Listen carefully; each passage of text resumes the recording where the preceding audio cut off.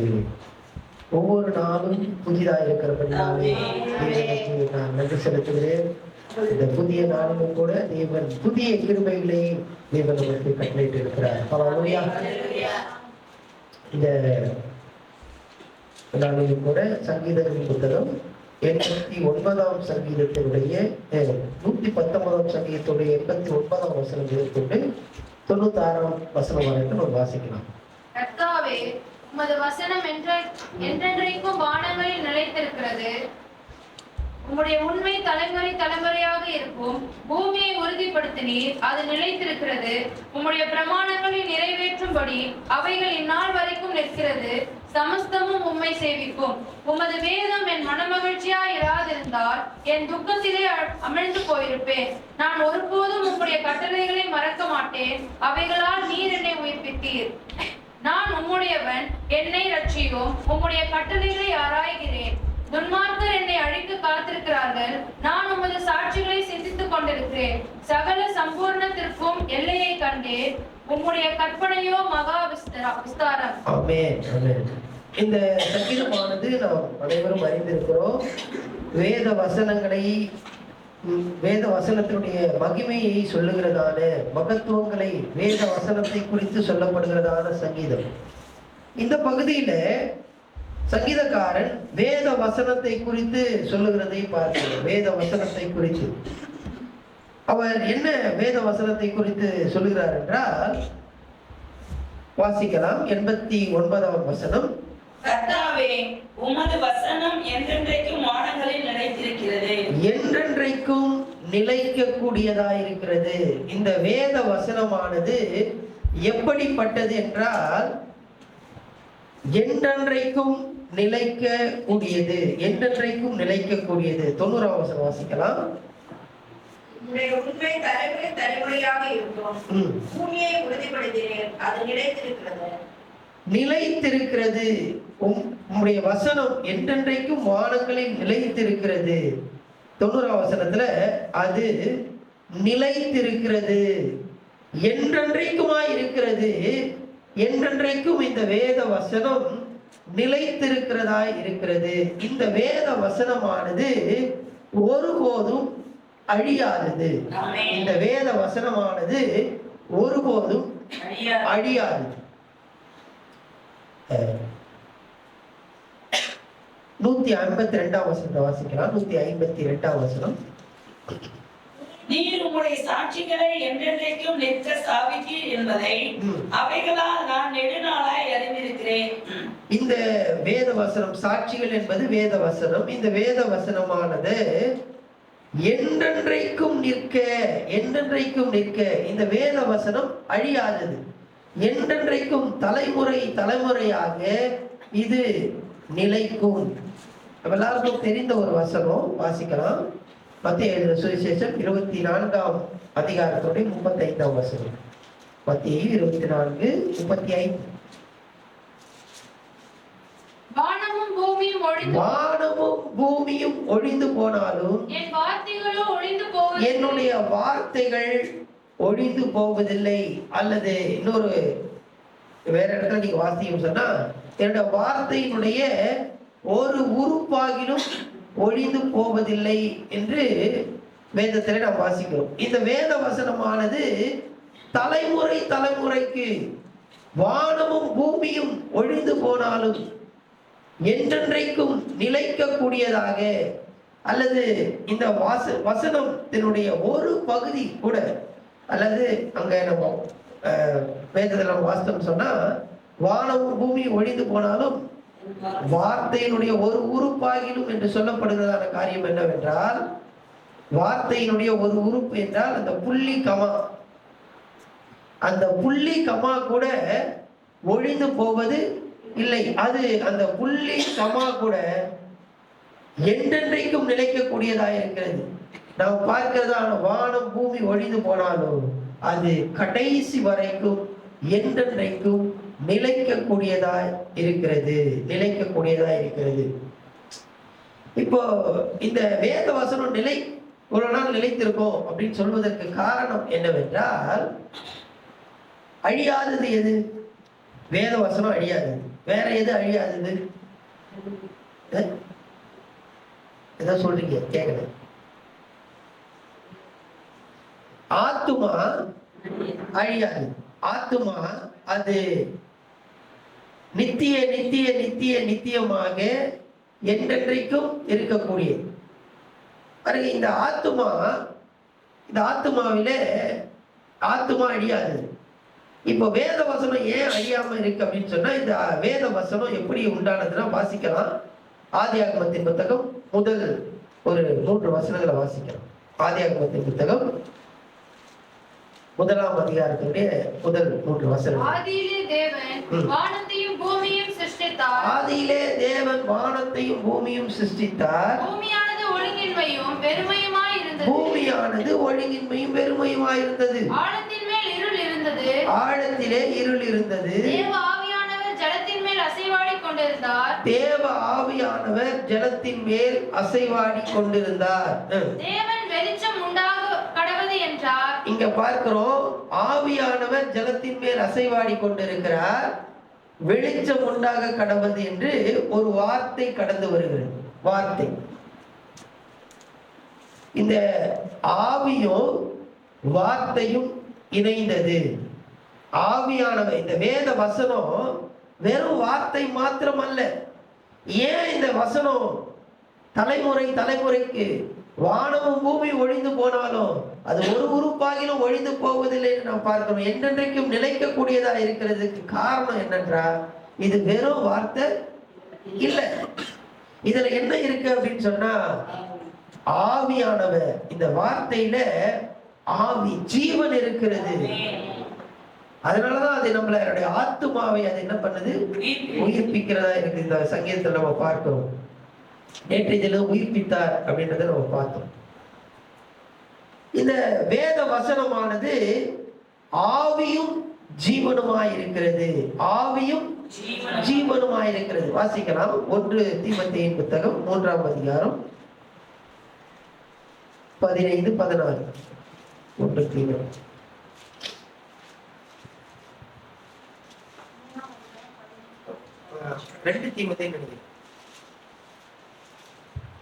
2 தீமோத்தேயு 3ஆம் அதிகாரம் 16ஆம் வசனம். 2 தீமோத்தேயு 3:16. வேத வாக்கியங்கள் எல்லாம் வேத வாக்கியங்கள் எல்லாம் தேவ ஆவியினால் அருளப்பட்டிருக்கிறது. தேவ ஆவியினாலே அருளப்பட்டிருக்கிறது. இந்த வேத வாசனங்கள் எல்லாம் எப்படி அருளப்பட்டிருக்கிறது? தேவ ஆவியினாலே. வெறும் வார்த்தை அல்ல.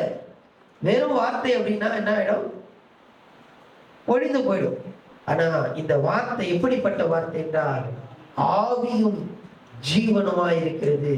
இந்த வார்த்தை தலைமுறை தலைமுறைக்கு நிலைக்கக்கூடியதாய் இருக்கிறது. இந்த வார்த்தை வானமும் பூமியும் ஒழிந்து போனாலும் ஒரு உறுப்பாகிலோ, இந்த வார்த்தையினுடைய ஒரு பகுதி ஆகிலோ ஒழிந்து போவதில்லை. அது கடைசி வரைக்கும் நிலைக்கக்கூடியதாய் காணப்படுகிறது. ஆமென். இரண்டாவது, இந்த வார்த்தை நிலைப்பதற்கு காரணம் என்னவென்றால், வாசிக்கலாம். 90ஆம் வசனம். உம்முடைய உண்மை தலைமுறை தலைமுறையாக இருக்கும். உண்மை தலைமுறை தலைமுறையாக இருக்கும். இங்கே சொல்லப்படுகிறது என்னவென்றால், ஆண்டவர் தலைமுறை தலைமுறையாக இருக்கிறார். ஆண்டவருடைய வசனம் தலைமுறை தலைமுறையாக நிலைக்கக்கூடியதாக இருக்கிறது. அது ஆவியும் ஜீவனுமா இருக்கிறது. அதனால அது என்னது, கடைசி வரைக்கும் நிலைக்கிறது. இரண்டாவது, வேத வசனம் ஏன் தலைமுறை தலைமுறைக்கு அது நிலைக்கக்கூடியது, நிற்கக்கூடியதுன்னு சொன்னா, ஆண்டவர் தலைமுறை தலைமுறையாக இருக்கிறார். அந்த வசனத்தை திரும்பவும் நம்ம வாசிக்கலாம். 90ஆம் வசனம். உம்முடைய உண்மை தலைமுறை தலைமுறையாக இருக்கும். உம்முடைய உண்மை என்பது சொல்லும் போது ஆண்டவரின் உண்மை. உம்முடைய உண்மை அப்படின்றது என்னது? ஆண்டவருடைய உண்மை. ஆண்டவர் அவருடைய ஃபெய்த்ஃபுல்னஸ், ஆங்கிலத்தில் ஃபெய்த்ஃபுல்னஸ் என்று போடப்பட்டிருக்கு. அவருடைய உண்மை தலைமுறை தலைமுறையா இருக்கிறது. அவர் தலைமுறை தலைமுறையாக இருக்கிறார். அவர் மாறாதவராக இருக்கிறார். இயேசு கிறிஸ்து நேற்றும் இன்றும் என்றும் தலைமுறை தலைமுறையாக அவர் மாறாதவராய் இருக்கிறார். அவர் கடைசி வரைக்கும் நிலைக்கக்கூடியவராய் இருக்கிறார். ஆண்டவர் நிலைக்கக்கூடியவராய் இருக்கிறார். அவருடைய வசனம் தலைமுறை தலைமுறைக்கும் நிலைக்கக்கூடியதாக இருக்கிறது. அல்லேலூயா, அல்லேலூயா. பூமியை உறுதிப்படுத்தினீர், அது நிலைத்திருக்கிறது. அல்லேலூயா. இப்போ இந்த வேத வசனத்தின் மூலமாக ஆண்டவர், வேத வசனம் நிலைத்திருக்கிறது, அதுல ஆவியும் ஜீவனும் இருக்கிறது. ஆண்டவர் தலைமுறை தலைமுறையாக நிலைத்திருக்கிறார். அதனால வேத வசனம், அவருடைய வசனம் தலைமுறை தலைமுறையாக இருக்கிறது. வாசிக்கலாம் 91ஆம் வசனம். 91ஆம் வசனம். உம்முடைய பிரமாணங்களை நிறைவேற்றும்படி அவைகள் இந்நாள் வரைக்கும் நிற்கிறது, சமஸ்தமும் உம்மை சேவிக்கும். இப்போ அவைகள் இந்நாள் வரைக்கும் நிலைத்திருக்கிறது அப்படின்னு சொல்லப்பட்டிருக்கு. பாத்தீங்களா? அவைகள் என்பது என்னவென்றால், இந்த வேத வசனத்தின் மூலமாக, இந்த வார்த்தையின் மூலமாக உருவாக்கப்பட்டவைகள். என்ன உருவானார் ஆண்டவர்? நம்ம வாசித்தோம். வானமும் பூமியும் வார்த்தையினாலே ஆண்டவர் என்ன பண்ண? உருவாக்கினார். 1 பேதுரு புத்தகம் 3ஆம் அதிகாரத்தினுடைய 5ஆம் வசனம். 1 பேதுரு 3:5. இப்படியே பூமுகத்தில் தேவனுக்கு நம்பிக்கையாயிருக்க பரிசுத்த ஸ்திரீகளும் தங்களுடைய புருஷர்களுக்கு கீழ்ப்படிந்து தன்னை அலங்கரித்தார்கள். 1 பேதுரு 3:5. மன்னிக்கவும் 2 பேதுரு மன்னிக்கவும் 2 பேதுரு 3:5. பூர்வ காலத்தில் தேவனுடைய வார்த்தையினாலே வானங்களும் ஜலத்தினின்று தோன்றி, பூர்வ காலத்திலே தேவனுடைய வார்த்தையினாலே வானங்களும் ஜலத்தினின்று தோன்றி, ஜலத்தினாலே நிலை கொண்டிருக்கிற பூமியும் உண்டாயினவென்பதையும், அப்பொழுது இருந்த உலகம். போதும். இப்போ எது உண்டானது? வார்த்தையினாலே, வேத வசனம் ஆகிய இந்த வார்த்தையினாலே வானம் பூமி, நாம் காண்கிறவைகள் நாம் காணாதவைகள் எல்லாம் உண்டானது. அதுதான் இங்க நம்ம அந்த 91ஆம் வசனத்துல நம்ம வாசிக்கிறோம். உம்முடைய பிரமாணங்களை நிறைவேற்றும்படி அவைகள் என்று சொல்லப்படுகிறதான காரியம் என்னன்னா, இந்த வார்த்தையினாலே உண்டாக்கப்பட்டவைகள். இந்த உண்டாக்கப்பட்டவைகள் எல்லாம் நிலைத்திருக்கிறது. வானமும் பூமியும் இன்றைக்கு சாட்சியாக நிலைத்திருக்கிறது. வேத வசனமானது நிலைக்கக்கூடியது. காரணம் என்னவென்றால், அது ஆவியும் ஜீவனுமாயிருக்கிறது. வேத வசனம் நிலைக்கக்கூடியது. காரணம் என்னவென்றால், ஆண்டவர் நிலையாயிருக்கிறார். ஆண்டவர் மாறாதவராயிருக்கிறார். அவர் தலைமுறை தலைமுறையாக நிற்கக்கூடியவராயிருக்கிறார். எனவே வேத வசனமும் அது தலைமுறை தலைமுறையாக நிற்கக்கூடியதாக இருக்கிறது. அடுத்தபடியாக வேத வசனமானது அந்த வார்த்தையினாலே உண்டாக்கப்பட்டவைகள். இது தலைமுறை தலைமுறையா நிற்கிறது. இந்த வசனத்தினாலே உண்டாக்கப்பட்டதான வானமும் பூமியும் தலைமுறை தலைமுறையாக நிற்கக்கூடியதாய் இருக்கிறது. அல்லேலூயா. இப்போ அதெல்லாம் நிலைக்குது. வேத வசனம் நிலையா இருக்கு, ஆண்டவர் நிலையா இருக்கிறார். அந்த வேத வசனத்தின் மூலமாக உண்டாக்கப்பட்டதான வானம் பூமி எல்லாம் தலைமுறை தலைமுறையா நிலைத்திருக்கிறது. அதனால எனக்கு என்ன? அதெல்லாம் இருக்குது, அதனால எனக்கு என்ன அப்படின்னு சொல்லி நம்ம யோசிக்கலாம். இங்கதான் அதனாலதான் இங்க சங்கீதக்காரன் சொல்லுகிறார். வாசிக்கலாம் 92ஆம் வசனம். உமது வேதம்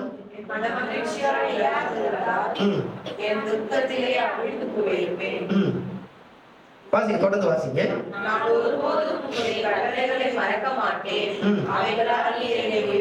அவைகளால் நீர் என்னை உயிர்ப்பித்தீர். நான் உம்முடையவன், என்னை ரட்சியும். உம்முடைய கட்டளைகளை ஆராய்கிறேன். துன்மார்க்கர் என்னை அவிழ்த்து காத்திருக்கிறார்கள். நான் உமது சாட்சிகளை சிந்தித்துக் கொண்டிருக்கிறேன். சகல சம்பூரணத்திற்கும் எல்லையை கண்டேன். உம்முடைய கற்பனையோ மகா விஸ்தாரம். மகா விஸ்தாரம். இங்கே 92ஆம் வசனத்துல சொல்லப்பட்டிருக்கிறது, உமது வேதம் என் மன மகிழ்ச்சி. இன்னொரு வார்த்தையில சொல்றோம்னா, இந்த வேத வசனம் எனக்கு சமாதானத்தை கொடுக்கிறது, சந்தோஷத்தை கொடுக்கிறது. இந்த வேத வசனம் மாத்திரம் இல்லைன்னா நம்முடைய வாழ்க்கையில சந்தோஷம் சமாதானம் இல்ல. நம்ம அநேக காரியங்களை நம்ம செய்யலாம். ஆண்டவர் கொடுக்கிறதான சமாதானம் சந்தோஷம் எப்படிப்பட்டது அப்படின்னு சொன்னா, நம்ம எல்லாருக்கும் தெரியும். இயேசு ஆண்டவர் கடைசியாக இந்த உலகத்தை விட்டு போகும்போது, நான் போவது உங்களுக்கு நலமா இருக்கும் அப்படின்னு சொல்லிட்டு அவர் சொல்றாரு, என்னுடைய சமாதானத்தை உங்களுக்கு நான் என்ன பண்றேன், வைத்து போகிறேன். ஒருவனும் அதை என்ன பண்ண முடியாது உங்களுக்கு இருந்து. ஏன் அப்படின்னு சொன்னா, நான் உலகம் கொடுக்கிற பிரகாரமாய் நான் உங்களுக்கு கொடுக்கறது இல்லை. வாசிக்கலாம் அந்த வசனத்தை. யோவான் எழுதின சுவிசேஷம் 14ஆம் அதிகாரம், யோவான் 14.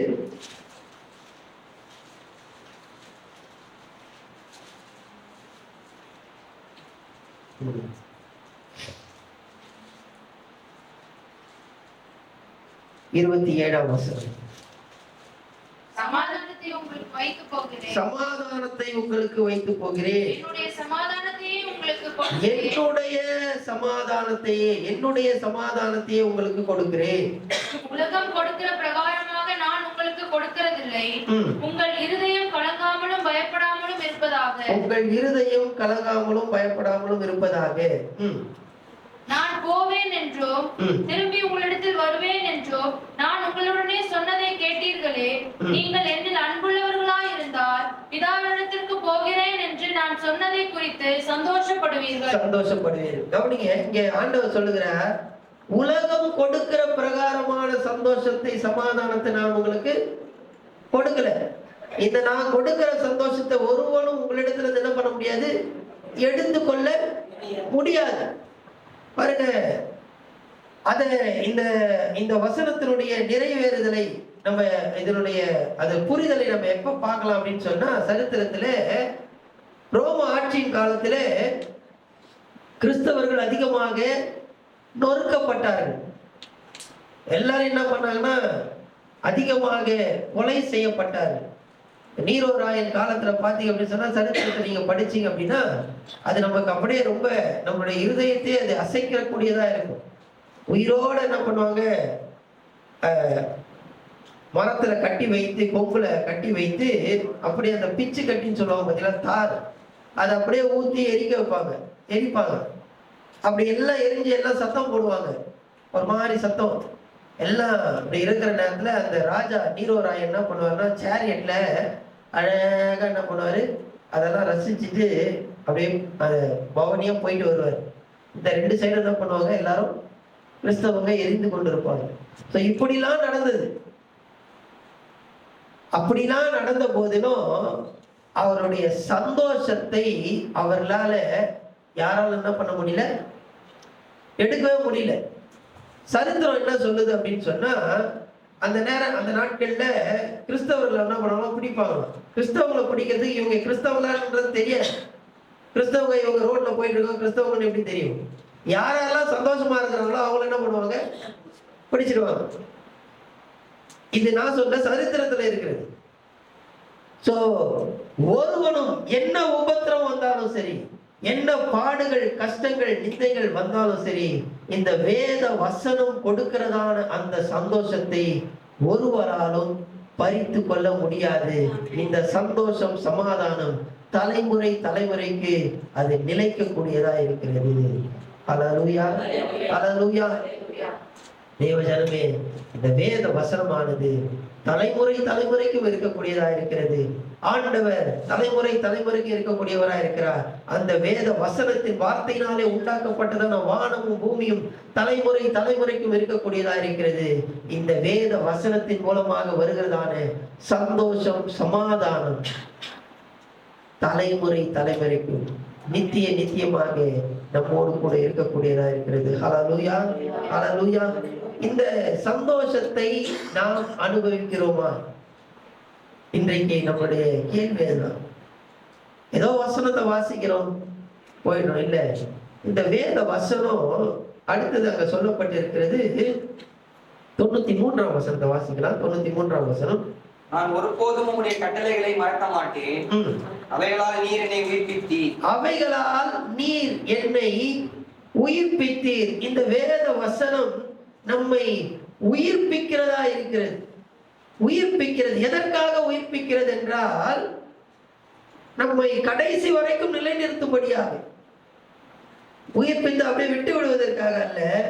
ஏனென்றால் இந்த வேத வசனம் தலைமுறை தலைமுறையாக கடைசி வரைக்கும் நிலைக்கக்கூடியது. இந்த வேத வசனமானது நம்மை உயிர்ப்பிக்கிறது.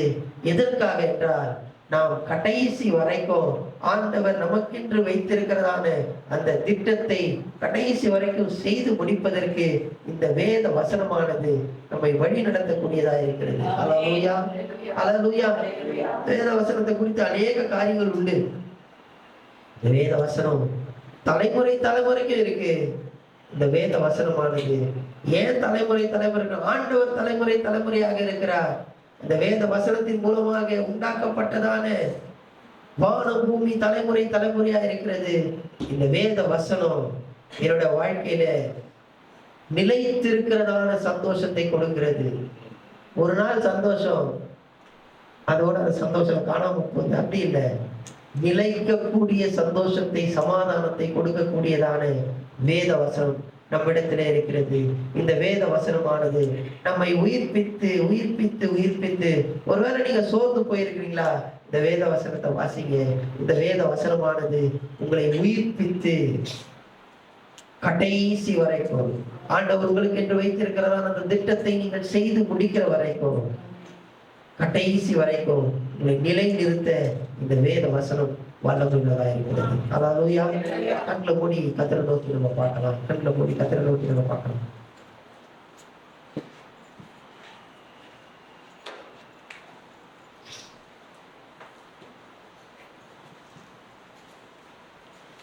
ஹல்லேலூயா, ஹல்லேலூயா, ஹல்லேலூயா, ஹல்லேலூயா, ஹல்லேலூயா, ஹல்லேலூயா.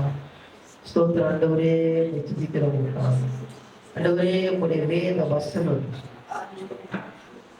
கடைசி வரைக்கும் எங்களை நிலைநிறுத்தக்கூடியதா இருக்கிறபடி நாங்கள் ஸ்தோத்திரம்.